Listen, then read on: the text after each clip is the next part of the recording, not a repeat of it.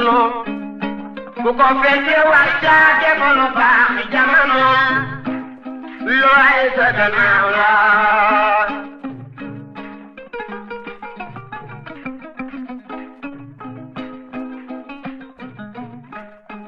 jamono ku ko fekke war caa def lu baax jamono looy sa gannaaw la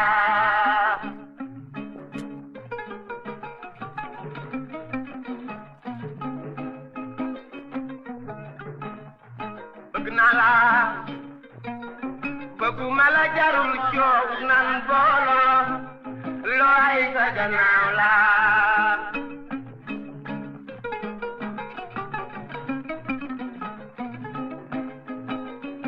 looy la ne bëgg naa la bëgguma la jarul coow nan boolo looy sa gannaaw la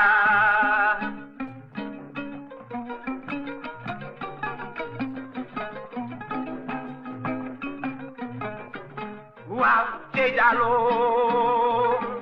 Diallo yaay ma daal te Diallo looy sa gannaaw la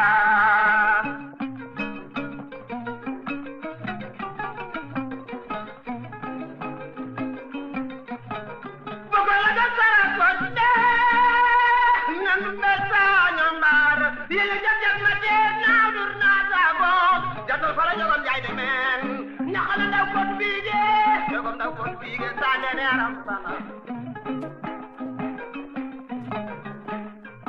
aduna bu ko fekke war cee def lu baax ngir dem da looy sa gannaaw la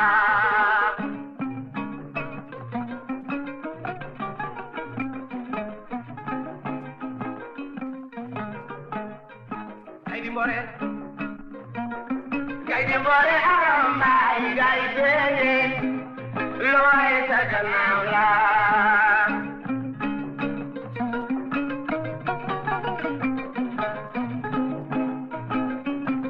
nu daale sako daali nu ma dangay baal ma dangay añoo ko ci jaajaate adina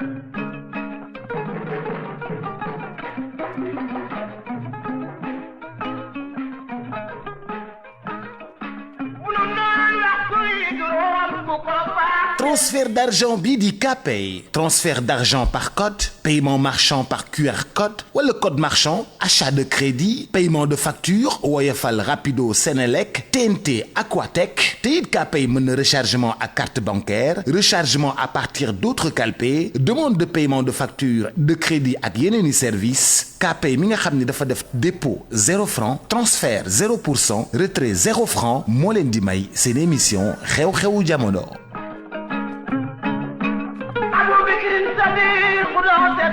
رفيق النبي المصطفى خرامبو وما دمنا ما فتحنا نطلب العالم كناو يلا ما تقمتا salaamaaleykum mbokk yeeg xarit yu ñuy teewlu ci i rajo ak ci ITV Safo programme yu groupe E-Media Invest ñu ngi leen di nuyu bu baax a baax amaat mbégte ànd ak yéen ci seen jotaay bi ngeen taamu di xew-xewu jamono ñuy leen ci gunge du lundi au vendredi saa su ne bu heure bi jotee ci la première radiovision du Sénégal mais également sur ITV dal leen jàmm ci xew-xewu jamono suñu 3e numéro bu semaine bi ñu ci ànd ak Ibou Fall maa ngi lay nuyu bu baax di la ziar amaan mbégte ànd ak yow ci waxtaan bi. Mohamed maa ngi nuyu say kilifa comme ça nga xam li ma la waxul nuyu say auditeurs say téléspectateurs ak say internautes. fi nga ma jàpp daal fas yéene ma koo bàyyi. en tout cas maa ngi leen di nuyu daal. xam naa ni ñu ngi lay fay bu baax a baax te ñu ngi lay teewlu. ñu amaan mbégte ànd ak yow ci xew-xewu jamono. comme mercredi bu jot nu ñu koy defee. ci journalu fait divers yi la ñuy ñëw surtout ci yi nga xamante ni xew na ci biir Sénégal alors tey dañu koy tàmbalee Ibou Fall ak Kédougou. rawatina foofee nga xamante ni moom moo di Caxu Santo ak fitna bi ñu fa nemmeeku ni ki bërki démb ba am ñaari nit yu ci ñàkk seen bakkan am également ñu ci am ay gaañu amoon na itam lu ëpp kon fanweeri nit yoo xamante ni teg nañ leen ci loxo loolee nag jëm ci ñi nga xamante ni ñoom ñooy liggéey ci lépp lu jëm ci wàllu gasum or beeg foofule ak entreprise yi nga xamante ni ña nga ciy yëngatu. Alors pour plus de détails dañuy dem Kédougou fekk fa suñu ndaw bi nga xamante ni moom moo ñu fa teewal di Ibrahima Sori Kaloga. Ibrahima ñu ngi lay nuyu bu baax te di la dalal ci xew-xew jamono. maa ngi leen di fay Mohamed Kandji ak sa invité bi bienvenue ici à Kédougou. Alors nag situation bi sur place ginnaaw bi nga xamante ni fitna bi jolli na ba am ñaari nit yoo xamante ni ñàkk nañ ci seen bakkan nee nañu bal réel moom moo leen laal moo tax ñu jaaree fa ñàkk seen bakkan est-ce que tout d'abord mën nga ñëwaat ci lan moo yee fitna bi ñi ci ñàkk seen bakkan ak la situation actuellement. Merci beaucoup Mohamed Kandji ni nga ko waxee noonu la li yee fitna bi ab kii la nag arrêté préfectoral boo xamante ne préfet bu Saraya dal dina koy jël arrêté boobu nag mooy lii di modification ak ci wàllum lii di recrutement main d'œuvre locale non qualifiée maanaam moom dafa ne arrêté boobu bi mu ko jëlee nee na moom day saytu commission boobu maanaam moo koy gérer ak yeneen sous-préfet yu nekk ci département bu Saraya loolu nag tax na ndaw yi nekkoon mag fële nu mu tudd Sabo Dala ñoo njëkkoon génn def benn point de presse ñu lànk ne que loolu du am parce que commission boobu chef de village yi ñoo ko doon gérer ak ñoom ndaw yi parce que amoon na beneen commission foofu ndaw yi bokk ci ak chef de village yi léegi nag waa Xosanto itam ñu jël li ni mel xeex bi def ko seen xeex bopp parce que Xosanto ak Sabo Dala parce que gox yi da sorante wuñu même zone bi la parce que société minière bi Mako fële la nekk autant pour moi à Sabo Dala léegi nag ndaw yi ñu jaamarloo ñu génn ci mbedd mi di nekkarlu li ni mel ñu génn di jaamarloo ak takk der yi ba yàlla def am ñaari nit ñoo xamante ne dañoo ñàkk seen bakkan ci li ni mel te dañ leen te nii suñuy information yi ñu dégg nag ay bal lañ leen dóor bal réel te yéen ñëpp gis ngeen ko ci réseaux sociaux yi dégg ngeen ko ci télé bi te kii di jiite bokk moomel bi di Xosanto magam bokk ci li ni mel kenn la ci victime yi c'est vrai waaw ci victime yi ak benn doomu burkinabé bokk na ci li ni mel léegi nag ginnaaw loolu am nag démb Mohamed Kandji jawriñ buñ dénk wàllum biir réew mi ak mine ak géologie Antoine Félix Diome ak kii di Omar Sarr dal dinañ ñëw nemmeeku situation bi fii léegi buñ ñëwee dañoo waxtaan ak maire yi au début sax buñ ñëwee am na ndaw yu nekk fii ci hôtel Bédik fii parce que foofu la rencontre bi amee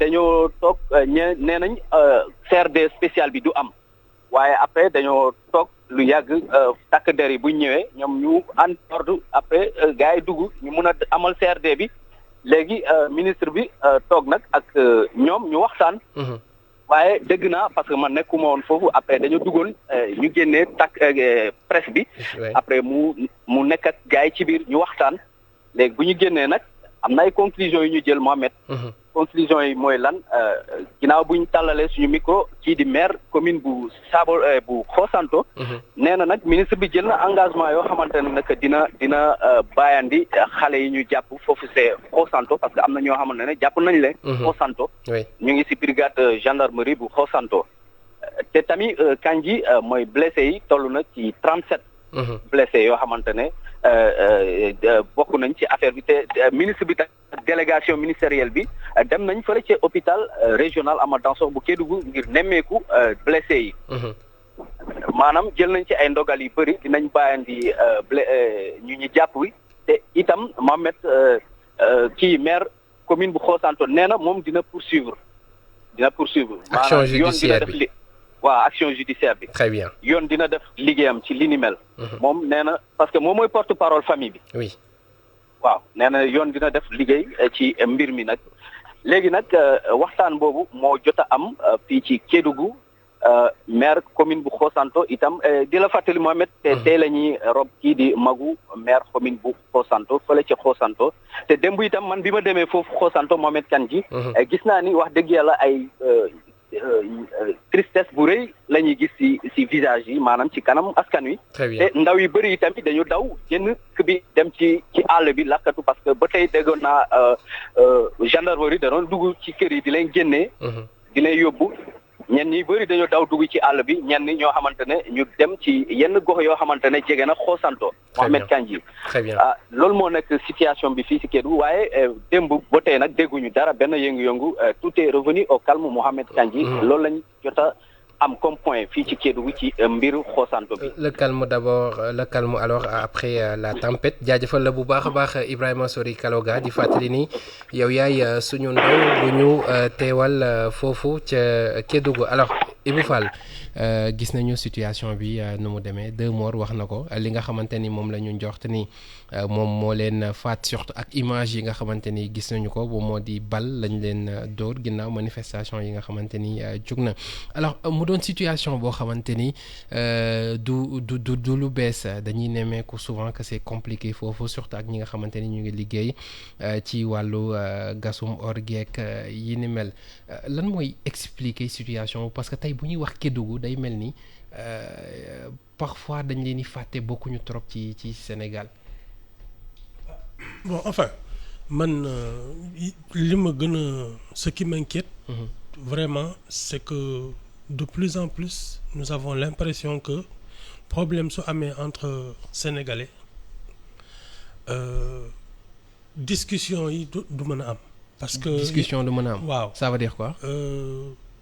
On assiste de plus en plus à des affrontements violents entre les populations souvent et les forces de l'ordre. Bon li fi jot a xew c'est pas la peine de revenir dessus depuis mars. Mais ça veut dire que dafa mel ni les passerelles qu'on avait et je reviens aux questions de citoyenneté que parce que gis nga bu njëkk ci ni ma ko gisee quand il y avait des activités de ce genre par exemple les gens se regroupaient entre seen ba def seen ay syndicats seen ay genre association boo xam ne quand il y a un problème les revendications deviennent plus académiques disons ça comme ça. Parce que dina am préavis de grève dina am d'abord ay kii dinañ njëkk bind ay mémorandum ensuite ñu am préavis de grève et cetera. dina am plan d'action. dina am plan d'action boo xam ne autorités yi ça leur permet d'anticiper et peut-être d'engager les discussions balaa muy sori.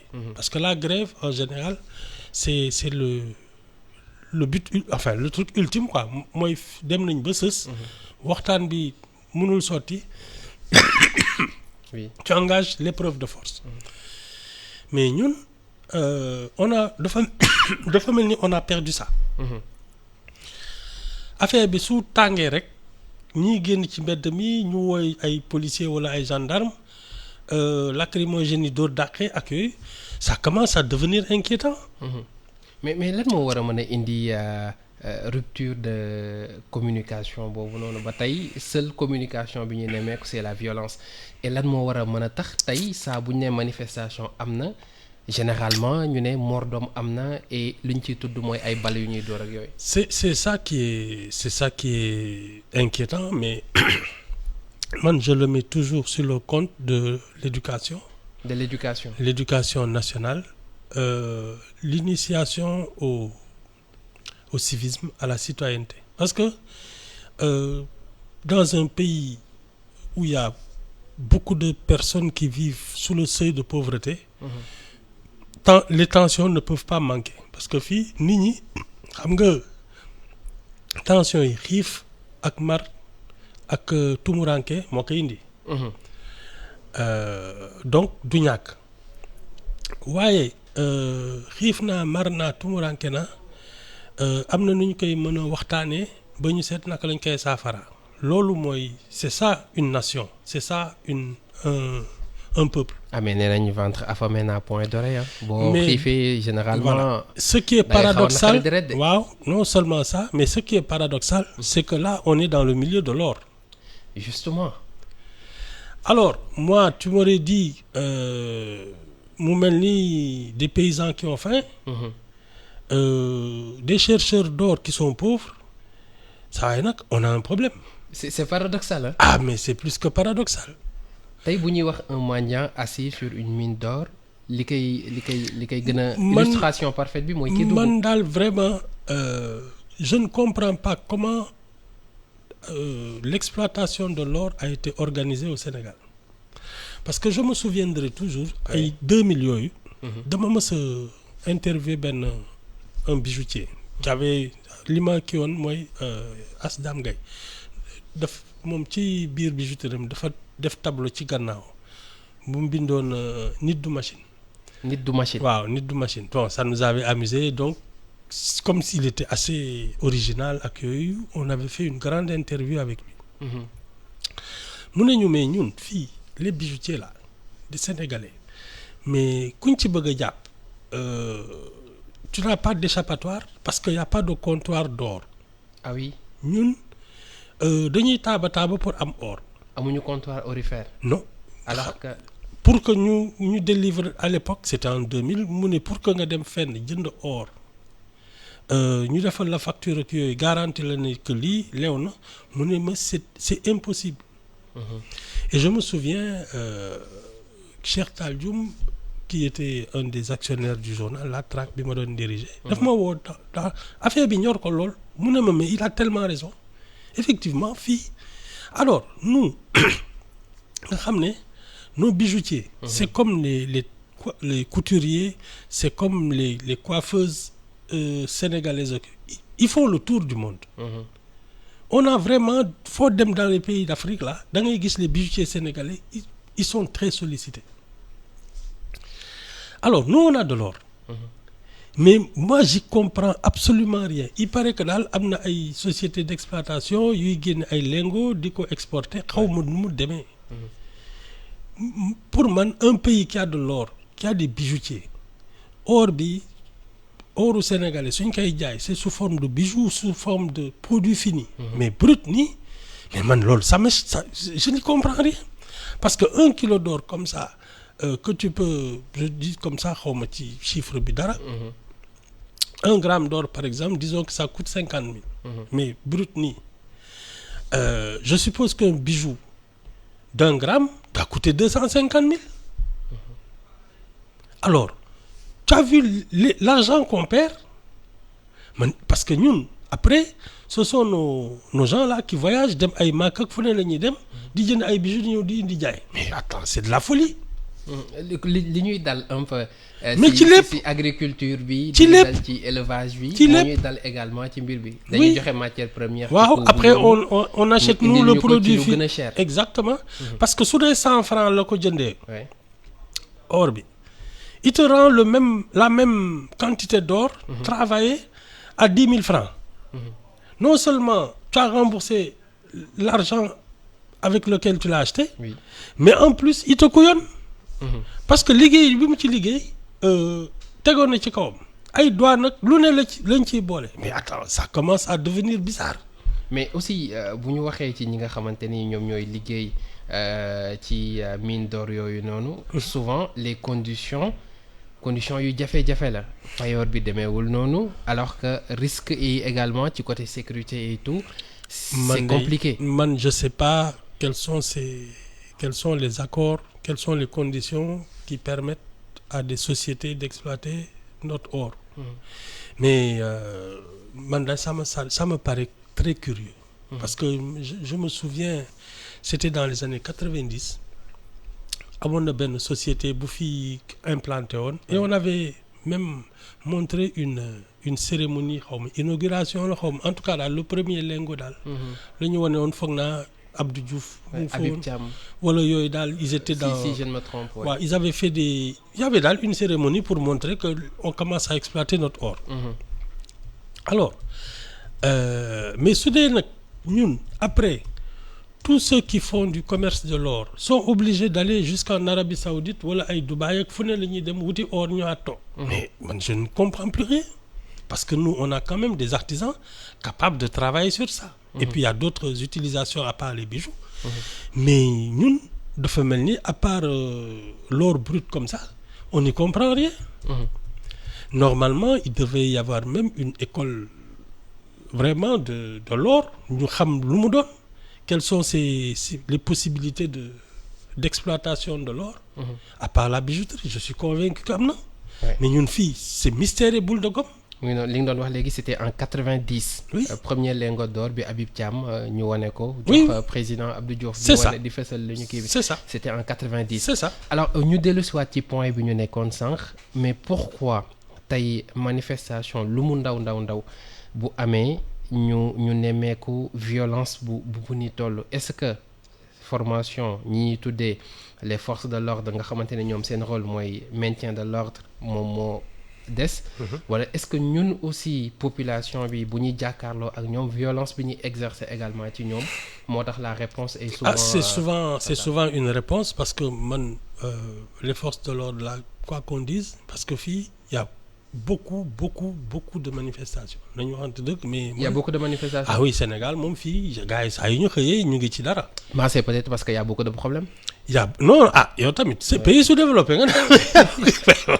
déjà loolu mooy premier problème. pays sous-développé kay dañuy ci tàngoor lañ dëkk ñun kay xanaa dañu mën a muñ rek waaye li ñu nekkee moom neexuñu non mais c'est clair que par rapport à tout ce qui se passe. Bon. Je pense qu'il y a quand même un ratio qui est assez faible par rapport aux chiffres que j'entends dans la sous-région. Foofu moom su yëngatu amee ay centaines de morts ngay dégg. ñu fii soo amee 2 morts sax tu es scandalisé parce que di nga toog lu yàgg doo dégg ku dee ci ay manifestations yooyu lacrymogène yi gaa dina dóor dàqee danañ la dóor yat mais bon et encore que c'est pas si fréquent que ça mais pour man dans une démocratie même une manifestation violente elle est de trop. Dans une démocratie. Ah oui parce qu'il y a toujours des passerelles en démocratie qui permettent de régler les problèmes dans le calme et avec civilité. Mais ñun li ñu dal je pense qu'on commence à perdre justement notre sens des civilités. Loolu d'abord gis nga ci mbedd mi. soo ñëwee ci benn carrefour affaire priorité rek. tifaare bi dina daw. dañuy ñaan de. dañuy ñaan de. mais saaga yu kii sax rien que comme ça da ngay gis wala kenn du la doublé di cax ay loxo mu wër ne li muy wax ci xelam moom. ëpp naa wax ci rajo. on est devenu nerveux. on est devenu mal éduqué. mal éduqué. parce que la nervosité n'exclut pas. La bonne éducation mën nga mer mais en sachant quand même te comporter te tenir. Mais souvent yow da nga koy dugal si la faillite de l'éducation nationale bu ñu gisee l'école publique bi nga xamante ni peut-être yéen du boobu ngeen xamoon ci seeni jamono. Mais ci mbir bi également lan moo ciy part de responsabilité famille yi dafa mel ni si. Ah oui les familles oui les familles si les familles. Bien entendu on une forme de xam nga lan moo njëkkee. C'est le langage qu'on utilise par rapport à ses enfants.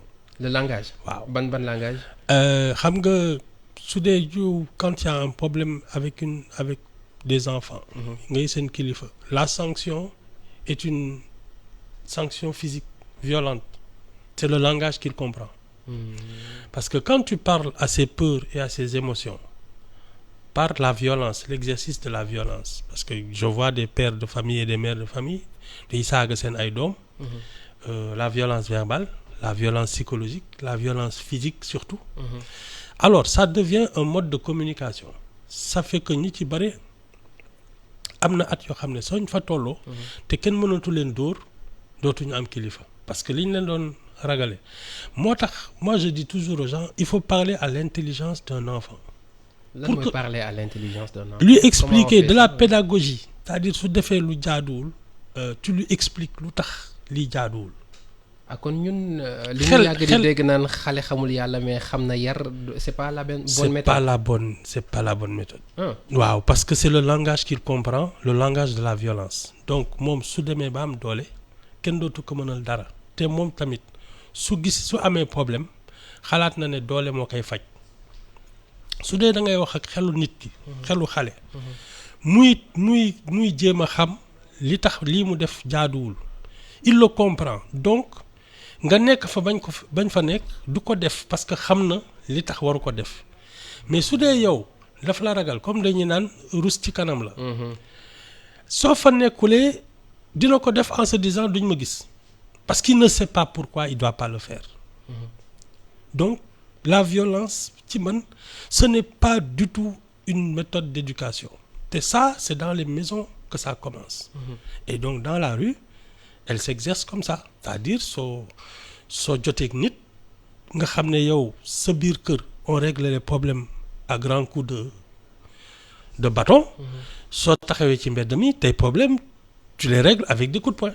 mais si je comprends bien ñun problème mu éducation bi ñu am mu ngi jógee ci éducation bi ñuy. bien sûr il faut parler à l'intelligence des gens et pas à leurs émotions à leur peur à leur frayeur. mais ça il faut savoir le faire parce que am na ci ñoo xamante ni moom. xam nga de génération en génération la.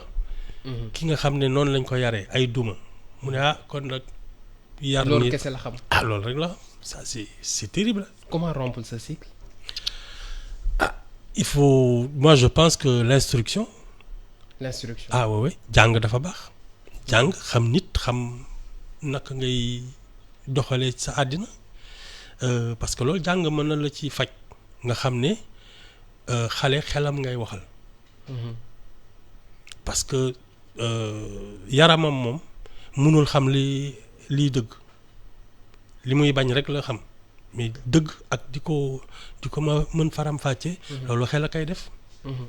te soo fexee ba xale bi ragal la c'est-à-dire que soo ñëwee ci moom sax dootul jéem a xam il ne comprend plus rien il a juste peur.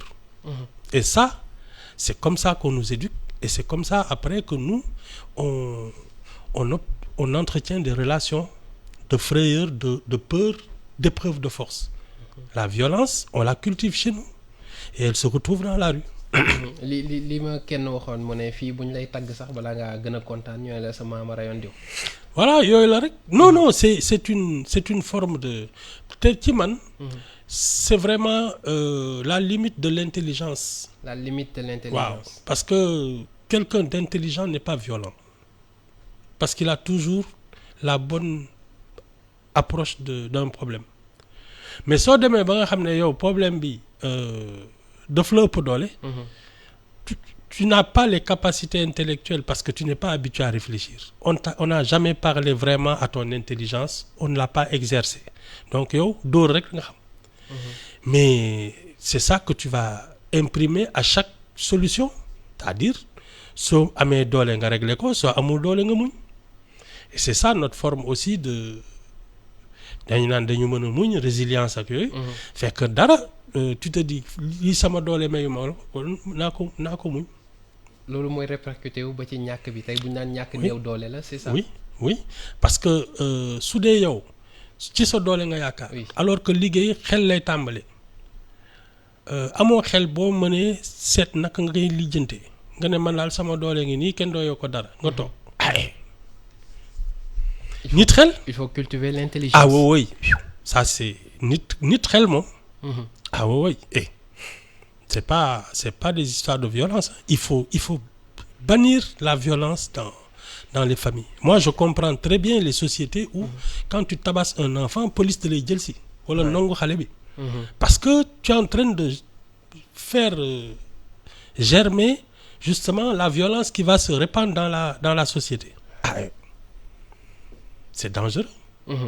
Mais bannir violence également ci couple yi parce que ñu ngi jàll ci suñu deuxième point bi suivre nga sûrement li xew Kër Massar samedi ak xale bu jigéen bi nga xamante ni ñii ne nañu 19 ans ñii ne 20 ans moom la am te son copain faat ko fekk ko ci seen salon jam ko paaka ci benn histoire d'amour boo xamante ni ñoom ñaar dund nañ ko alors bu ñu sukkandikoo ci xibaar yi nga xamante ni jot nañu ko après mooy ñoom ñaar doon nañ nekk génn lu yàgg dem ba à un moment donné xale bu jigéen bi sàkku ci ki nga xamante ni papa moto la ñu koy tuddee parce que dafa yor moto bien sûr pour mu arrêter li nga xamante ni moom moo di relation bi waa ji supporté wu ko fekk ko seen kër vers 18h jam ko paaka ba noonee la xale bu jigéen bi jaaree fa ñàkk bakkanam am na ko doon wax ni ci amour yi gën a mag souvent si la yenn tragédie yi gën a mag di juddoo nan la ñu mën a eggee ci niveau boobu nan la ñu mën a bëggee nit tey mbëggeel gu for googu noonu suba ñu teg ko li nga xamante mais justement ñàkk sago. ñàkk sago.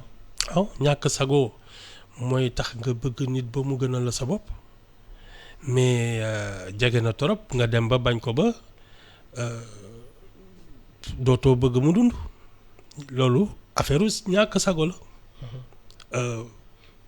parce que ñàkk sago boobu lan moo koy def si ñun. day ñëwaat bon ba tey man éducation j'ai lu benn genre xaw ma psychologue la xaw ma sociologue italien yàgg na. qui justement expliquait la passion amoureuse. dafa doon enfin en résumé si j'ai bien compris. dafa ne ñun saa ñu tolloo ci suñu jamono. nekk en période de crise c'est-à-dire que yow da ngay nekk li ngay nekkee da ngay mel ni amoo avenir amatoo jëmukaay. da ngay perdre repère. da ngay perdre ay repères ba pare tu as l'impression que tu n'avances pas tu ne sais plus quoi faire de ta vie. d'accord.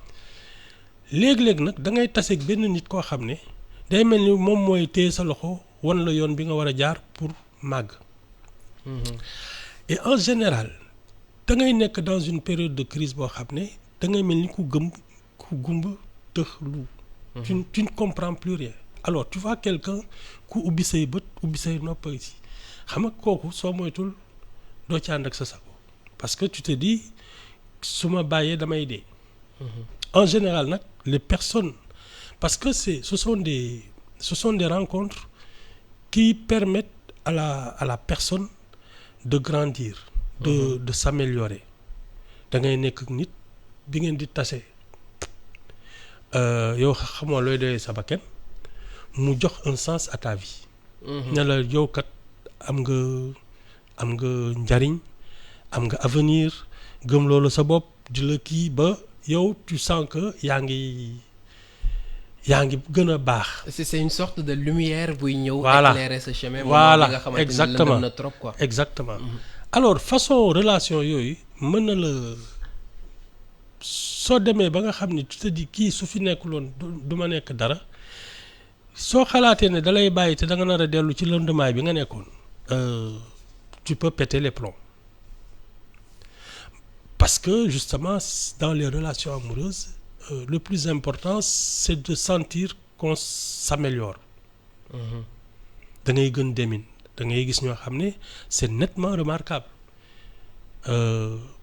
benn waay bu doon càmbari nii rek il rencontre une femme wala une femme qui ñu taseeg benn waay nga taseeg moom 10 ans après doo ko xàmmee parce que épanouissement bi wala waa ji il fait des bonds dans sa carrière il se réalise ak yooyu c'est ce genre de sentiment qui fait que soo ko bëggee xañ am na ci ñoo xam ne c'est une question de vie ou de mort.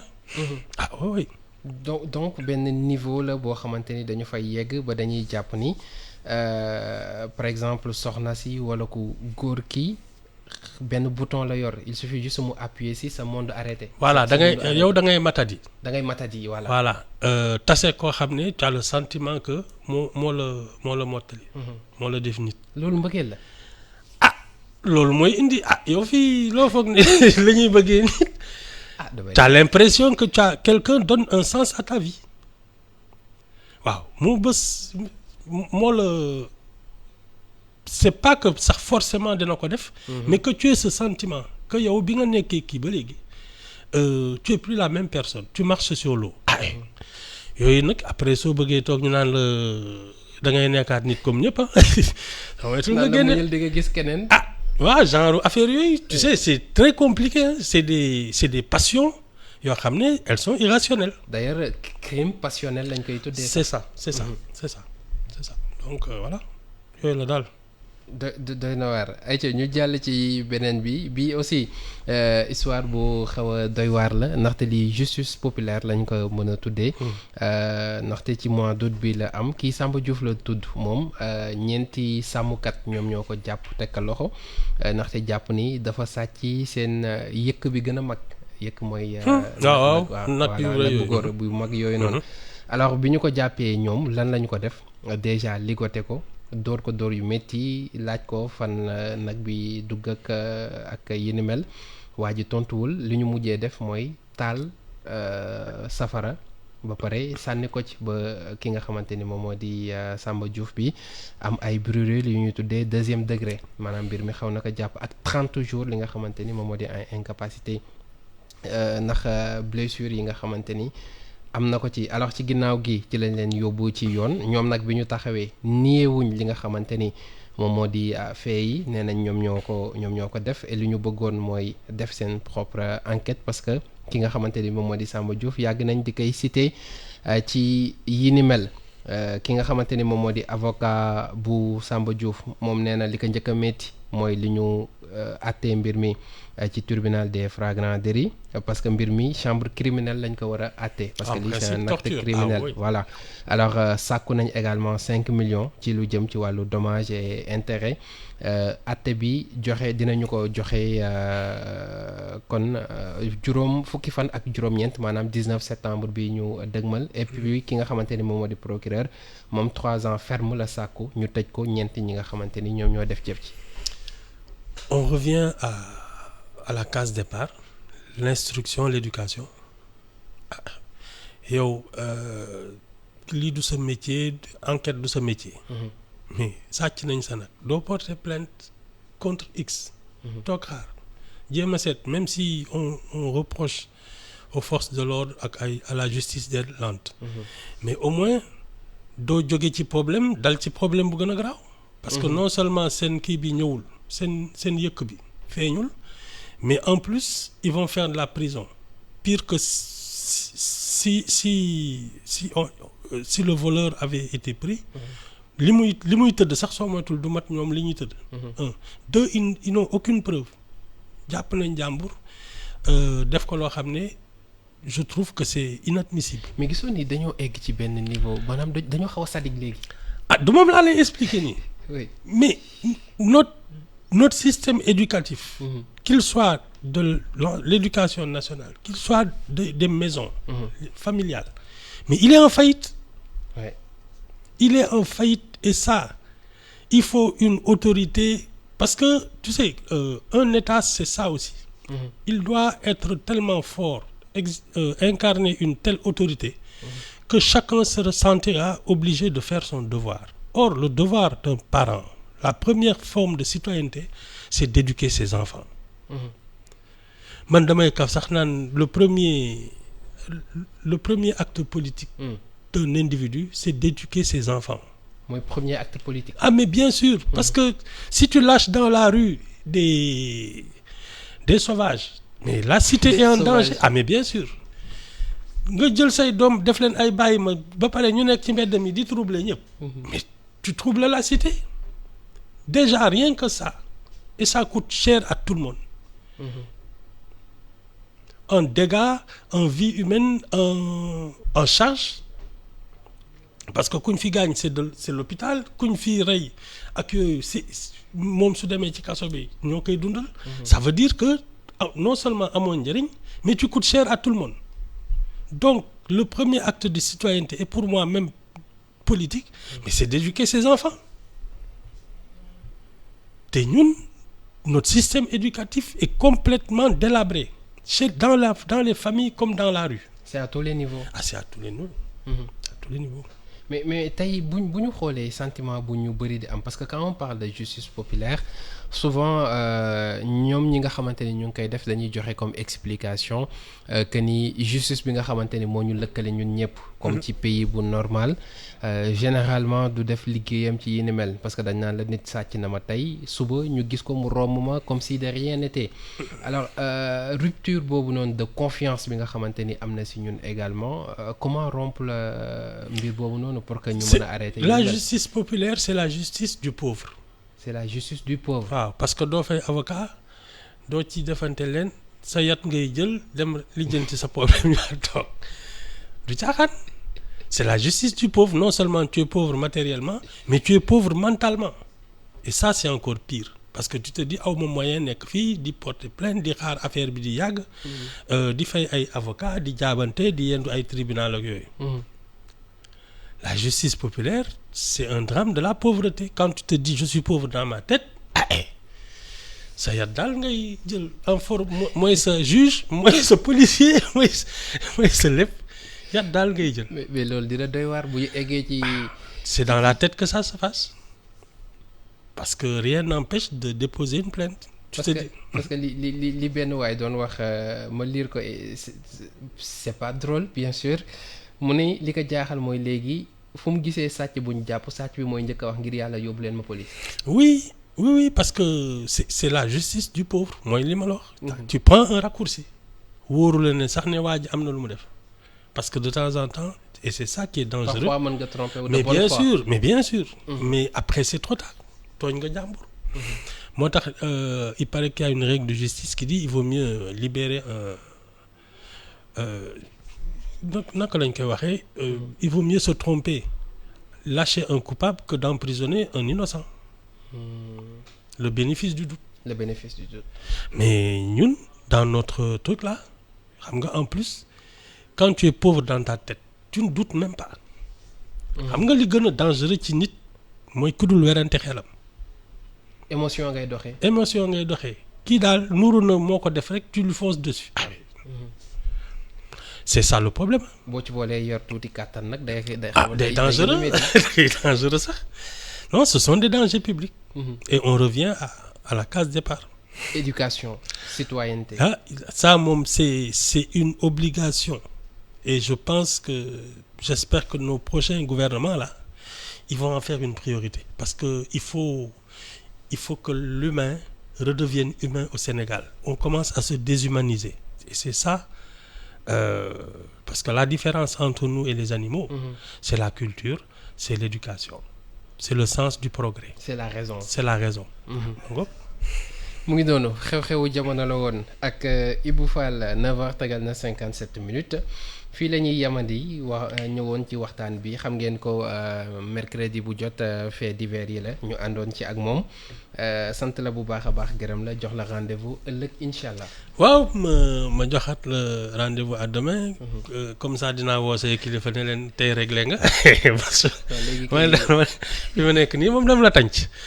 noonu moo tax xam naa sama bopp. xam nga sa bopp moom. jaajëfal la bu baax a baax jaajëfal Amady Sy moo nekkoon ci technique bi si kàddu gi Mohamed Kandji la woon avec toujours le même plaisir léegi jukkib xibaar yi à 10h ak Papa Alioune Sarr buñ ca noppee xorom ci cin ak Baye Cheikh Sarr ak Fatou Woré jaajëfal leen bu baax a baax ci ànd bi merci à tous excellente journée et à demain pour beneen numéro. Transfert d'argent bi di Kpay transfert d'argent par code paiement marchand par